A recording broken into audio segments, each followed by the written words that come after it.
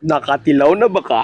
Og sinugba nga pakul? Oh yeah! For today's video guys, mag food trip ta. Don't panic, it's organic. Ug karon naghaling na dayon akong single nga amigo. Oh yeah! Nga uy. Kabantay mo, dali na kami nakapasiga. Siyempre, sa katuig na naman nga nabuhat, hawod na kami. Pagguman, amo nang gisugbaharn sang among mga isdaarns. Hahahay! Presko, labas, tulodos sa isa, pagkanamit sa pakol. Amo na din gisugda ng urimos, naglungag na rin may. Ako na din giandam ang mga lamasons, kay magbuhat tag special sausawan. Bombay, para sa gugmanga wala nay kulay. Kamatis, para sa taong iniwan at hindi na tiniis. Oh yeah! White tinod anay. Labuyo para sa mga ba sa marites nga di kapuyo. Ayaw kol. Sibuyas dahon para sa gugmang wa na nagpadayon. Oh hahay. Lemonsito. Lemonsito ba katong maliit na buungon? Pug-agyod dong pug-agyod. Ayaw kol.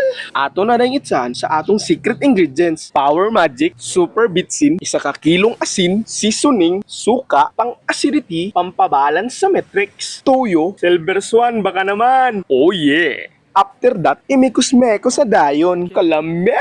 So, after 500 years, finally, naluto na yun ang among isda. Yeah, boy. It's time.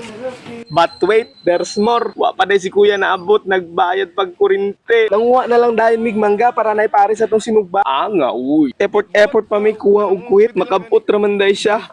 Ay, paita. So pag human, amo na dayon gisugda ng urimos, amo nang gipanitan kay perti ng gutuma gyud. After 300 years, naabot na gyud si kuya. Pag human, dig-in na rin mi, perti ng gutuma, pisla na kaayo. Kaon na ninyo guys, galawang gwapo lang ta, ginagmay ra tong kaunon. Ha? Gwapo? Gwapo na to. So the rear ako taman guys. Og shout out pod kay Sir Jinggoy sa libre nga isda. Salamat sir. Og nalingaw mo, follow, like, comment for part 2. God bless. Don't panic, it's organic. Oh yeah.